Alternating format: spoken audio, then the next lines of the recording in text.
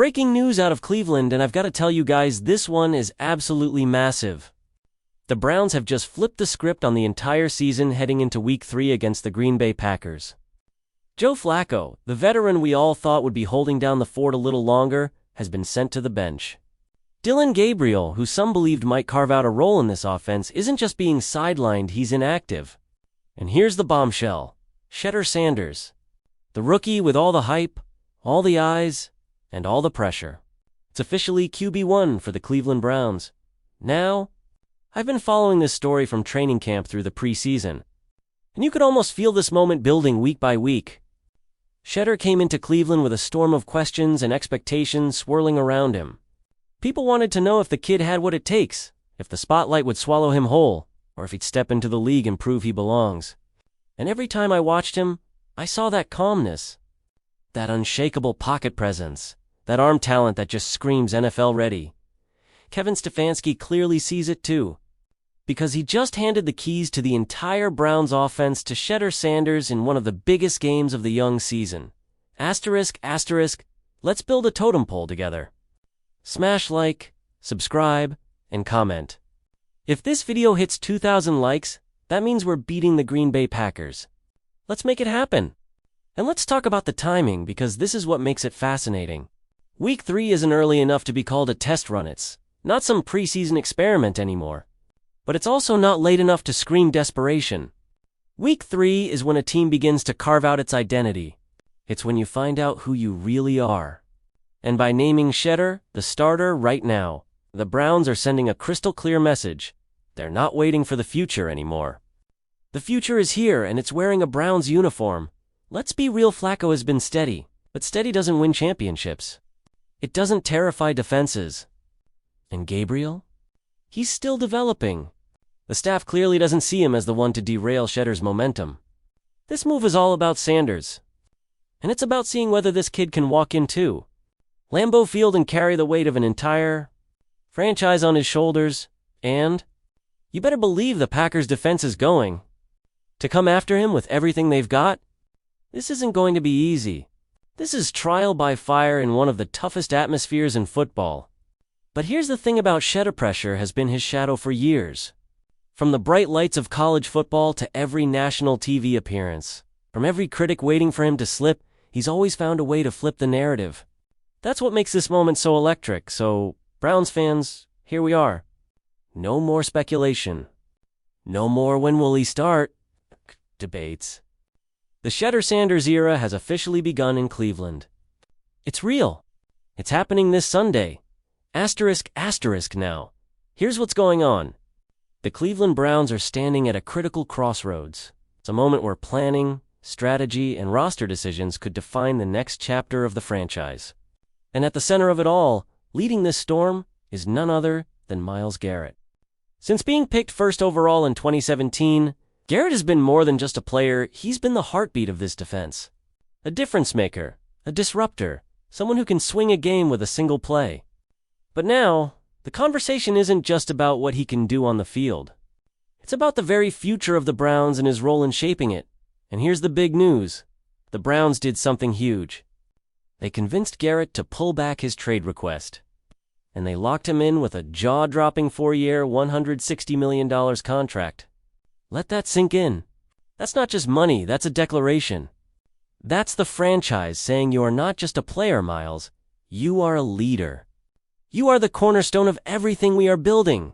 But there's more. Something that could have ripple effects across the roster and the entire franchise strategy. The Browns made a promise to Garrett. They guaranteed that in 2025, they would bring in a veteran quarterback to lead the offense. That's a game changer. Suddenly, every decision about the offense, the draft, even the cap is tied to this promise, right now. Joe Flacco is under center, a Super Bowl veteran with a strong arm. The kind of player who can stabilize a team while the front office figures things out. He's seen as a short-term solution, a bridge, if you will. If he plays well and keeps the Browns competitive, he could remain the starter into 2025. But behind him, the future is knocking. Dillon Gabriel, electric, mobile, capable of creating plays out of nothing. And then there's Shedeur Sanders, a 5th-round pick with a pedigree, a family legacy. and the kind of upside that could make him a franchise-altering talent. Here's the dilemma. Flacco thrives, and the Browns remain in playoff contention. Gabriel and Sanders may have to sit and wait. But if the offense sputters, if the wins don't come, pressure will mount. The young quarterbacks could be thrown into the spotlight far sooner than anyone expected. And that's where things get complicated for Garrett. Sources close to him tell me he's not interested in being part of a rebuild. His mindset is clear. He wants to win now. He wants a veteran quarterback capable of putting the team on a Super Bowl trajectory immediately. But the problem? Cleveland gave up key assets in recent trades. For now, Flacco is the only proven veteran at quarterback. If he struggles, the front office may have no choice but to turn to the rookies sooner rather than later. And that creates a delicate balance. The team has to keep Garrett motivated, satisfied, and engaged, while simultaneously preparing Gabriel and Sanders to eventually take over. All of this is happening in one of the most competitive divisions in football. The AFC North isn't forgiving. Joe Burrow is leading the Bengals, Lamar Jackson is orchestrating the Ravens, and the Steelers are constantly reinventing themselves. Every decision the Browns make, especially at quarterback, will echo across the division. The stakes aren't just about the 2025 season, they're about defining the next chapter of Browns football. This is a franchise desperate to break through, to finally get back to the Super Bowl. Make the wrong call, and frustration grows. Make the right one, and history could be written. Training camp and the preseason are going to be critical. Flacco has the chance to prove he can still command a competitive team. Gabriel and Sanders will be vying to flash signs that they could be the future. Meanwhile, Garrett remains the soul of the defense, setting the tone for a locker room that craves immediate success. Here's the reality. The Browns are staring down a critical early season test, and things just got a whole lot more complicated.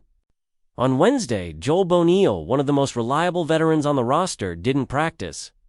The 33-year-old left guard is battling a back injury. Even the possibility of losing him is a nightmare for a line that's already struggling to keep the offense afloat. Bonillo. This guy has been the definition of consistency. Since 2016, he's started every single game he could, missing almost nothing. Last season, he started all 17 games, missing only 2. To lose him, even for a week, shakes the very foundation of an offensive line that's already failing to protect the quarterback, struggling to spark the running game. And when your line collapses, everything else falls apart. Through 2 games, the Browns haven't scored more than 20 points. The offense is in disarray. Joe Flacco has done his best, but he's already taken 4 sacks and countless hits besides. The run game? Nearly non-existent.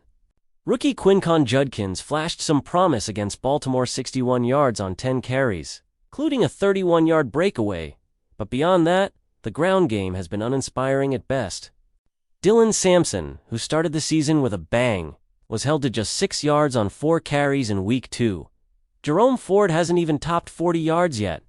None of them can thrive if the line can't create space. And now, as if things weren't already tense enough, the Browns' next opponent is the Green Bay Packers. And they're bringing one of the league's most dangerous new weapons, Micah Parsons. Yes, the Parsons who came over from Dallas this offseason and already has 1.5 sacks this year. The guy is heating up fast. If Bonillo can't play, the Browns are forced to rely on someone inexperienced against a 26-year-old pass-rushing phenom from Penn State. That's a nightmare scenario, but it's not just about one player or one position. The Browns are 0-2, the last game.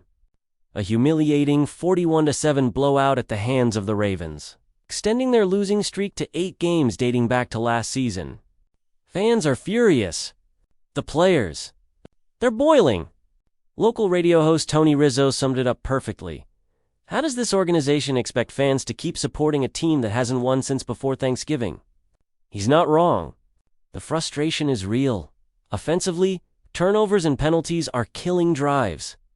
Flacco, steady as he is, has yet to create meaningful scoring opportunities. The defense, anchored by Myles Garrett, has flashes of brilliance, but inconsistency around him has limited their impact.